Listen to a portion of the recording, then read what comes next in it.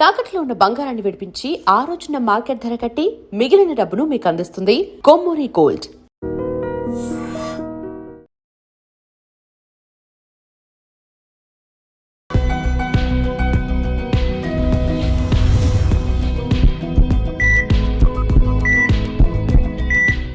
నమస్తే, welcome to healthy conversations with IT media. నేను మీ ఛాన్సీ. So ఈరోజు మనతో జనార్దనాచారి గారు ఉన్నారు, ఆక్యుపంక్చరిస్ట్, అలాగే హీలర్ కూడా. సో జనరల్గా ఇంట్లో పిల్లలు ఉన్నప్పుడు వాళ్ళని హైట్ కంపారిజన్ చేసినప్పుడు కానీ, లేదా స్కూల్లో వాళ్ళ ఏజ్తో ఉన్న వాళ్ళలో కొంతమంది హైట్గా ఉంటారు, కొంతమంది కొంచెం షార్ట్గా కనిపిస్తూ ఉంటారు కదా. సో పేరెంట్స్లో ఒకలాంటి భయం ఉంటుందన్నమాట, వీళ్ళు పొట్టిగా అయిపోతారేమో, వీళ్ళతో పాటు చదివే వాళ్ళు వీళ్ళకన్నా హైట్గా ఉంటున్నారని. పిల్లల్లో వచ్చి ఈ గ్రోత్ ఇష్యూస్, హైట్ కానివ్వండి, హెల్త్ కానివ్వండి, సెట్ చేసుకోవడానికి మరి ఈరోజు మాట్లాడేది హైట్ గురించి తెలుసుకుందాము. ఆక్యుప్రెషర్ పాయింట్స్ ఏమైనా ఉన్నాయి, ఎందుకంటే చిన్నప్పటి నుంచి వాళ్ళకి అవి వాళ్ళు తీసుకునే ఆహారం కానివ్వండి, యాక్టివిటీతో పాటుగా ఇలాంటి ఆక్యుప్రెషర్ పాయింట్స్ అనేవి వాళ్ళ లైఫ్ స్టైల్ని మార్చే అవకాశం ఉంటుంది, కాబట్టి అడిగి తెలుసుకుందాము. నమస్తే అండి. నమస్తే అమ్మా. సో ఏ మదర్కైనా ఇద్దరు పిల్లలు ఇంట్లో ఉన్నప్పుడు ఇద్దరు చక్కగా పెరగాలి, చక్కగా ఆరోగ్యంగా ఉండాలని కోరుకుంటూ ఉంటారు. ఈ హైట్ ఇష్యూస్ వచ్చినప్పుడు ఏదైనా ఆక్యుప్రెషర్ పాయింట్స్ అనేవి మీరు సజెస్ట్ చేస్తారా? అలాంటివి ఉన్నాయా అసలు? ఉన్నాయి. చాలా ఇంపార్టెంట్ టాపిక్ ఇది.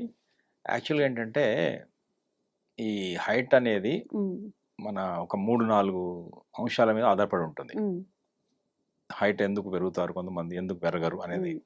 ఒకటేమో ఈ వంశ పారంపర్యంగా వచ్చేటటువంటి జెనెటికల్ ఇష్యూస్, జెనెటికల్గానే జీన్స్లోనే ఉంటాయి. హైట్ నిర్ధారణ చేయబడుతుంది.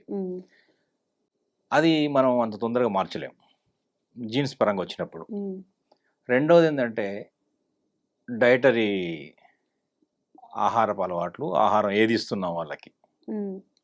మూడోది ఏంటంటే వాళ్ళకి ఎంత ఫిజికల్ యాక్టివిటీ ఉందా లేదా పిల్లలకి. మూడోది.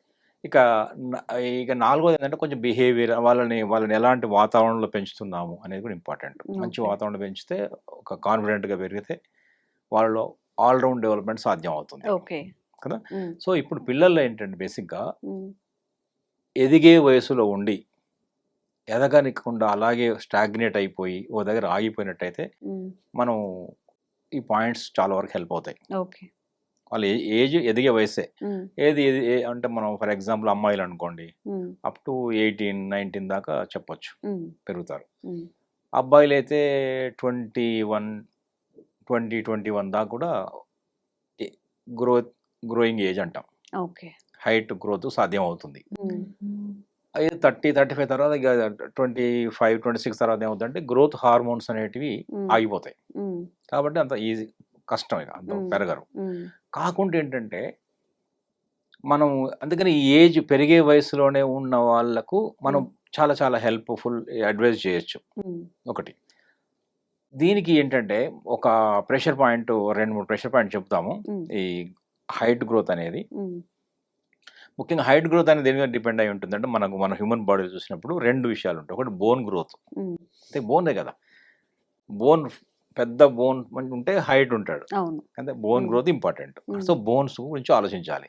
రెండోది మజిల్ కావాలి కదా. ఈ రెండింటిని బాగా ప్రమోట్ చేసే ఒక ఆక్యుప్రెషర్ పాయింట్స్ మనం కనుక తీసుకున్నట్టయితే మనకు ఈ ఎదిగే పిల్లల లోపల ఆ గ్రోత్ అనే తీసుకురావడానికి వీలవుతుంది. ఇప్పుడు చాలా మంది పేరెంట్స్ ఇలాగే అడుగుతుంటారు, ఎందుకు మా అబ్బాయి లేదా అమ్మాయి కొంచెం ఏజ్ రాగానే అక్కడ స్టాగ్నెంట్ అయిపోతున్నారు, పెరగడం లేదనేది చాలా మంది అడుగుతుంటారు ఈ మధ్య. ఇప్పుడు నిజం చెప్పాలంటే ఈ హైట్ గ్రోత్ అనేది చాలా పెద్ద సమస్యకు వస్తుంది, చాలా పెద్ద సమస్య. ఇప్పుడు కాలేజీల ముందు, తర్వాత జూనియర్ కాలేజీలు, సీనియర్ కాలేజీలు ఉంటాయి, ఇంజనీరింగ్ డిగ్రీ కాలేజీలు నిలబడండి, ఆ కాలేజీ అమ్మాయిలు అబ్బాయిలు చూస్తుంటే చాలా చిన్నపిల్లలానే ఉంటారు. ఒకప్పుడు పీజీ అంటే హయ్యర్ క్లాసులో ఉంటున్నారు, కానీ వాళ్ళు స్కూల్ పిల్లలానే ఉంటున్నారు. హైట్ గ్రోత్ అనేది అంత ఇబ్బంది అవుతుంది. సో అందుకని మనం ఈ ఇష్యూని కనుక ముందు నుంచే అవేర్నెస్ క్రియేట్ చేస్తే ఖచ్చితంగా హెల్ప్ అవుతుంది. అందులో ఏంటంటే బేసిక్గా ఇక్కడ ఈ బ్రుకుటి మధ్యలో ఒక పాయింట్ ఉంటుంది. దాన్ని చిల్పిల్ పాయింట్ అంటాము, ఉమ్, ఇన్ ట్యాంక్ అని అనుకుంటా అంటారు చైనీస్ మ్మ్. దాంట్లో. ఓకే. మూడోది ఏంటంటే మనం ఏమంటాం అంటే ఆజ్ఞా చక్రం. థర్డ్ ఐ, Third ఆజ్ఞా eye. చక్రం, ఆ. ఆజ్ఞా ఫలకం అంటాం. ఉమ్, ఈ ఉమ్, థర్డ్ ఐ అని కూడా అంటారు. ఉమ్, సో ఈ కరెక్ట్గా ఈ పాయింట్ కనుక రోజు మరి గట్టిగా చేయొద్దు, చాలా సెన్సిటివ్ పాయింట్ ఇది. ఉమ్, హార్ష్గా చేయకూడదు, ఎక్కువసార్లు కూడా చేయకూడదు. ఓకే. ఓ రోజు ఒకటి లేదా 2 సార్లు సింపుల్గా ఇలా ఇలా చేస్తే ఏమవుతుందంటే సర్క్యులర్ మోషన్లో లేదా ఇట్లా ఇలా ఇలా నొక్కితే ఏమవుతుందంటే సర్క్యులర్ మోషన్ ఇలా చేసినా పర్లేదు, ఉమ్, లేదా ఇలా ఇలా చేసినా పర్లేదు, ఈ రెండింటి మధ్యలో మురుకుటి మధ్యలో. ఉమ్, ఇక్కడ ఏంటంటే ఇది ఏం చేస్తుందంటే లోపల ఉన్నటువంటి మాస్టర్ గ్లాండ్ ఉమ్, పిట్యూటరీ గ్లాండ్ని యాక్టివేట్ చేయగలుగుతుంది. ఓకే.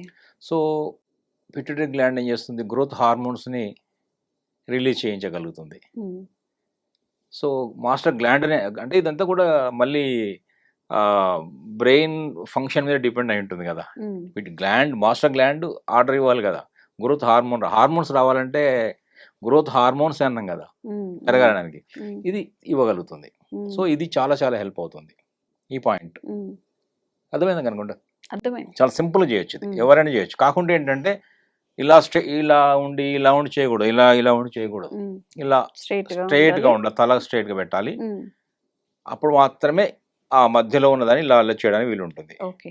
ఇది ఒక రోజుకు ఒక 30 సెకండ్స్ 40 సెకండ్స్ సర్క్యులర్ మోషన్స్ లో ఇట్లా ఇట్లా అనుకోవడం, అంతే. సర్క్యులర్ లేదంటే మోషన్ జస్ట్ లో కొంచెం ప్రెజర్ చేయడం, క్లాక్ అంతేనా? వైజ్ సర్క్యులర్ మోషన్ లో చేయొచ్చు, Okay. లేదంటే మళ్ళీ లైట్ గా ప్రెస్ చేసి లైట్ గా వదలొచ్చు. ఒక 30-40 టైమ్స్ 30-40 సెకండ్స్.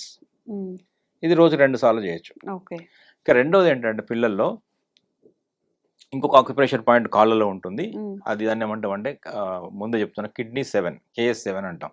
ఉమ్, సో KS7 అనే పాయింట్ తీసుకోవడం వల్ల అర్థం మీనింగ్ ఏంటంటే ఈ బోన్ యొక్క హెల్త్, బోన్ యొక్క గ్రోత్ మన యొక్క గ్రోత్ డిసైడ్ చేస్తుంది. కాబట్టి ఉమ్, కిడ్నీ 7 KS7 అనేది వాటర్ ఎలిమెంట్ కిందకు వస్తుంది. కాబట్టి ఉమ్, వాటర్ జలమూలకం ఏం చేస్తుందంటే మన బోన్స్ని హెల్తీగా ఉంచగలుగుతుంది. బోన్ యొక్క ఎముకల యొక్క బలాన్ని, సాంద్రతని, తర్వాత దృఢత్వాన్ని పెంచగలుగుతుంది. ఓకే. అప్పుడు మన హైట్కు అవకాశం ఉంటుంది. ఉమ్, అర్థమైంది కదా, మ్మ్. అదొకటి మ్మ్. చేయొచ్చు. అంటే KS7 అనే పాయింట్ కాళ్ళలో Okay. ఉంటుంది, అది కూడా చూపిద్దాం.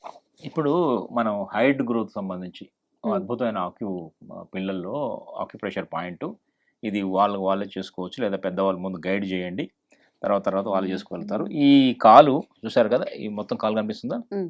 ఇది లోపల కాలు, ఇది ఇన్నర్ లెగ్ అంటాము, మీడియల్ సైడ్ అంటాం దీన్ని. ఇది మన బిగ్ టో వైపు ఇలా వచ్చినప్పుడు ఇక్కడ ఒక మీకు యాంకిల్ ఏరియాలో ఒక బోన్ ఉంటుంది, యాంకిల్ బోన్ అంటాం దీన్ని ఏమంటాం అంటే మాల్యులస్ అంటాం. ఈ యాంకిల్ మాల్యులస్ అంటాం, యాంకిల్ బోన్ అమ్మ. మ్మ్. ఈ యాంకిల్ బోన్ నుంచి కరెక్ట్గా ఎగ్జాక్ట్గా వెనక్కు వైపు వచ్చినప్పుడు ఒక పాయింట్ మనకు ఇక్కడ ఒక పెట్టుకుంటాం, ఇది ఒక పాయింట్. దీని నుంచి కరెక్ట్ పైన ఉంటుంది. ఎంత పైన ఉంటుంది, ఎవరికి చేస్తున్నామో పిల్లలకు కానీ పెద్దవాళ్ళకి కానీ, పిల్లలకి మేజర్గా ఎదిగే వయసులో ఉన్న వాళ్ళకు ఎక్కడ దాకా వస్తుందంటే వాళ్ళ యొక్క 3 ఫింగర్స్ విడుతులో ఉంటుంది. ఓకే. ఫర్ ఎగ్జాంపుల్ ఇప్పుడు మీ 3 ఫింగర్స్ విడుతు తీసుకుంటే, ఇప్పుడు నేను మెజర్ చేసుకుంటున్నాను, ఇది 3 ఫింగర్స్ విడుతు. ఉమ్, ఇక్కడ నుంచి ముందు ఇది ఇక్కడ ముందు ఒకటి మనం పాయింట్ పెట్టుకోవాలి, మార్క్. ఓకే. ఇక్కడ నుంచి 3 ఫింగర్స్ ఉమ్, అంటే ఇక్కడికి వస్తుంది. ఓకే. ఇక్కడ మీకు తెలుస్తుందా, పించ్ అవుతుందా, పించ్ అవుతుంది. సో ఇది పాయింట్.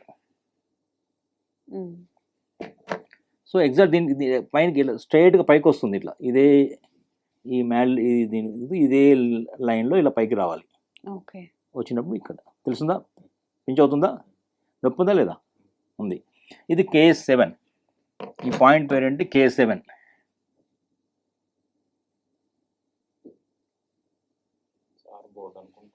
KS7.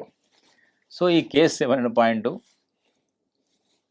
మన మాల్యులస్ నుంచి వెనక్కి వచ్చినప్పుడు ఒక పాయింట్ పెట్టుకున్నాం, ఎగ్జాక్ట్ వెనకాల ఇది ఒక పాయింట్. దీని నుంచి ఒక 3 ఫింగర్స్ విడుతులో వచ్చాం మనం. ఉమ్, అంటే ఎవరి వాళ్ళే మెజర్ చేసుకోవాలి, వాళ్ళ హ్యాండ్ ఫింగర్స్ లెంగ్త్ చూసుకోవాలి మెజర్మెంట్. ఓకే, ఇక్కడ వచ్చింది. ఇలా ఈ పాయింట్ లొకేట్ అయిన తర్వాత ఏం చేయాలి మరి, ఇలాంటి జిమ్మి వాడి మెల్లగా ప్రెస్ చేయొచ్చు. ఉమ్, ఇలా ప్రెస్ యాక్టివేట్ చేయండి. ఇక్కడ ఊరికే ఈ చర్మం మీదనో, ఈ బోన్స్లోనో, మజిల్లోనో ఇలా అనుకోవడంలే. ఇక్కడ అద్భుతమైనటువంటి ఒక ట్రీట్మెంట్ సంబంధించినటువంటి మన హైట్ నిర్ధారించేటటువంటి కిడ్నీ మెరిడియన్ కలిపేటటువంటి, అలాగే kidney meridian and lung meridian కలుస్తుంది. 2 మెరిడియన్స్ కలుస్తాయి ఇక్కడ. Okay. Kidney energy, lung energy కలుస్తుంది. కాబట్టి ఈ ఏరియాలో ఇలా ప్రెస్ చేసినప్పుడు ఏమవుతుందంటే ఉమ్, అద్భుతమైన మన వాటర్ బోన్స్ ఎనర్జీ పెరుగుతుంది. వాట్ ఎనర్జీ పెరుగుతుంది. అప్పుడు బోన్స్ ఎప్పుడైతే పెరుగుతాయో, బోన్స్ స్ట్రెంగ్త్ అవుతాయో, మన హైట్ కూడా చాలా అవకాశాలు ఉంటాయి. కాబట్టి ఈ పాయింట్ తీసుకోవడం జరిగింది. ఇదొక పాయింట్. సో ఈ K7 అనే పాయింట్తో పాటు ఈ ఇది ఒక పాయింట్ బ్రుకుటి, చిల్పిల్, ఇంటాంగ్ అని అంటాం కదా, ఆ ఈ 2 పాయింట్స్ పిల్లలు గ్రాడ్యువల్ మెల్లగా చేసుకోవాలి. మూడోది ఏంటంటే కొంచెం ఫిజికల్ యాక్టివిటీ అవసరం. ఇందాక డయట్ చెప్పాను, ప్రోటీన్ డయట్ అవి ఇవ్వచ్చు, కొన్ని కాల్షియం సంబంధించిన మిల్క్ అవి ఇవ్వచ్చు, పిల్లలకు మిల్క్ ఇవ్వచ్చు. అది అంటే మనకు తెలిసిన రిలయబుల్ సోర్స్ నుంచి ఆవు పాలే, గేదె పాలే, ఖచ్చితంగా కల్తీ లేదని తెలిస్తే పిల్లలకు కొంచెం ఇవ్వచ్చు. ఎందుకంటే పిల్లలకి ఆ మిల్క్ని అరిగించుకునే శక్తి ఉంటుంది, పెద్దవాళ్ళలో ఇది ఉండదు. అందుకనే చాలా మనకు ఆక్యుప్రెషర్లో మేము ఏం చెప్తామంటే మిల్క్ని అవాయిడ్ చేయండి అని చెప్తాం. కానీ మిల్క్ రావడానికి కాల్షియం రావడానికి ఒక మిల్కే ఒకటి సోర్స్ కాదు. పిల్లల్లో ఇదొక సోర్స్, కానీ ఇంకా చాలా సోర్సులు ఉన్నాయి. ఫర్ ఎగ్జాంపుల్ మునగాకు, మొరింగా అంటాం కదా, మునగాకును మించిన మునగా కాదు, మునగాడాకు అంటాం. మునగాకు కాదు, మునగాకు అని చెప్పవచ్చు. అంత మునగాడు టైప్లో ఉంటుంది. అది చాలా అద్భుతమైన, అదంతా కాల్షియం ఉంటుంది. అది మనం పిల్లలకి బెల్లంతో నువ్వుల లడ్డు కాల్షియం ఉంటుంది కాబట్టి మునగాకుతోని పప్పు చేయొచ్చు, మునగాకు పౌడర్ పెట్టొచ్చు. రోజు భోజనంలో వాళ్ళ టిఫిన్లో మునగాకు పౌడరు, ఇంత నెయ్యి వేసి పెడితే ఏంటంటే కాల్షియం చాలా చాలా వస్తుంది. అది మునగాకు ఇవ్వచ్చు. అట్లాగే నువ్వులలో కాల్షియం ఉంటుంది, నువ్వుల లడ్డూలు ఇవ్వచ్చు. బెల్లంలో కాల్షియం ఉంటుంది. సో మనకు బెల్లం చేసిన నువ్వుల లడ్డూలు, పల్లి పట్టి, కొబ్బరి కూడా, కొబ్బరి అంటాం కదా మన కోకోనట్, కొబ్బరి తురుముతో చేసినటువంటి లడ్డు కూడా ఇవ్వచ్చు. ఇవన్నీ కూడా పిల్లల లోపల ఏంటంటే ట్రెడిషనల్గా ఉండే మన సాంప్రదాయబద్ధమైనటువంటి ఆహారాలు. ఇందులో ఎలాంటి హామ్ లేదు. మన తరతరాలకు పూర్వీకులు తీసుకున్న ఆహారం అందరికి పడుతుంది. ఇది అది ఇస్తూ, కాల్షియం ఇస్తూ, ఇంకా ఇంకొకటి ఏం చేయొచ్చు, ఈ ప్రెషర్ పాయింట్స్ కూడా చేయాలి. మూడోది ఏం చేయాలంటే ఎండలో మంచిగా చక్కగా ఆడించాలి పిల్లల్ని. క్లాస్ రూమ్లో ఎప్పుడు చదువు అని కాకుండా, ఆ ఏసీ గదుల్లో కాకుండా ఎండ పడకుండా ఉంటే ఏమవుద్దంటే ఎంత కాల్షియం తిన్నా కూడా డి విటమిన్ రాదు, మన గ్రోత్ సాధ్యం కాదు. కాబట్టి ఇప్పుడున్న పరిస్థితులు ఏంటంటే మనకు బాగా చీకటి గదు, ఏసీ గదులు పెట్టేస్తున్నారు. అట్లా కాకుండా కొంచెం గ్రౌండ్ ఉన్న స్కూల్ సెలెక్ట్ చేసుకోవాలి. లేదా ఆదివారం సెలవు రోజుల్లో కానీ, సాటర్డే కానీ, ఎప్పుడు టైం దొరికినప్పుడు పార్కులకి లేదంటే గ్రౌండ్స్ తీసుకెళ్ళాలి పిల్లల్ని. సినిమాలకు కూడా తీసుకెళ్ళాలి, కానీ దానికంటే ఎక్కువ ఈ పార్కులకు తీసుకెళ్తే ఆటలు పాటలు ఉండాలి. ఫిజికల్గా యాక్టివిటీ ఎంత ఉంటే, ఇది స్ట్రెచెస్ అంటాం కదా, వేలాడాలు ఉన్నాయి కదా, స్ట్రెచెస్ అంటాం కదా, అవన్నీ కూడా ఆల్ టైప్స్ ఆఫ్ స్ట్రెచెస్ పిల్లలతో చేయించాలి. ఆ గ్రౌండ్స్ లోపల ఆడించాలి, స్వెట్ రావాలి, ఇది ముఖ్యంగా రావాలి. ఎండ అనేది వాళ్ళు పడాలి. ఇక ఇంకోటి ఎందుకు చేయాలంటే ఇవన్నీ కూడా బ్రీతింగ్ పెంచితే వాళ్ళకు ప్రాణాయామం, బ్రీతింగ్ పర్ఫెక్ట్ కనుక ఆక్సిజన్ లెవెల్ కనుక లోపలికి రాకపోతే ఏమవుతుందంటే గ్రోత్ సాధ్యం కాదు. గ్రోత్ కు మన ఆక్సిజన్ లెవెల్ కు దగ్గర సంబంధం ఉంది. అందుకని K7 అనే పాయింట్ ఇచ్చాం మనం. K7 లో ఉంది లంగ్స్ ఎనర్జీ కూడా ఉంది. చూసారా, K7 అంటే ఎయిర్ పాయింట్, అది లంగ్స్ పాయింట్, బ్రీతింగ్ కూడా పెరుగుతుంది. సో మన పిల్లలు చాలా మందిలో ఇప్పుడు బ్రీతింగ్ సరిగా ఉండడం లేదు, షాలో బ్రీతింగ్ ఉంటుంది, మేనేజబుల్ బ్రీతింగ్, డీప్ బ్రీతింగ్ లేదు. సో ఇట్లా మనకు ఇది కూడా సాధ్యం అవుతుంది K7 పాయింట్తోని. ఈ డయట్, ఆటలు పుష్కలంగా చక్కగా ఆడుకోవాలి. ఇక మేజర్ ఇంకొకటి చెప్పి ముగిస్తాను, ఇది హైట్ గ్రోత్ సంబంధించి ఇంపార్టెంట్ పిల్లలకి. ఎందుకంటే ఒకసారి లాక్ అయిపోద్ది, 18, 19, 20 రాగానే హైట్ గ్రోత్ సాధ్యం కాదు. కాబట్టి అరే వాళ్ళ జీవితాంతం బాధపడతారు, నా హైట్ ఇలా అయిపోయిందని. అందుకని ఇప్పుడే కొంచెం జాగ్రత్త పడాలి. అదేంటంటే నిద్ర ముఖ్యం. పిల్లలు నిద్రలోనే పెరుగుతారు. గ్రోత్ హార్మోన్స్ రిలీజ్ అయ్యేది నిద్రలోనే. కాబట్టి నిద్రపోయేలాగా వాళ్ళకి అవకాశం కల్పించాలి. 12-1 గంటల దాకా క్లాస్ రూమ్, రాత్రి హోంవర్క్లు, 9-10 దాకా ట్యూషన్లు ఉంటున్నాయి. నేను చాలా మంది చూసా, రాత్రి 9 దాకా ట్యూషన్లు ఉంటున్నాయట.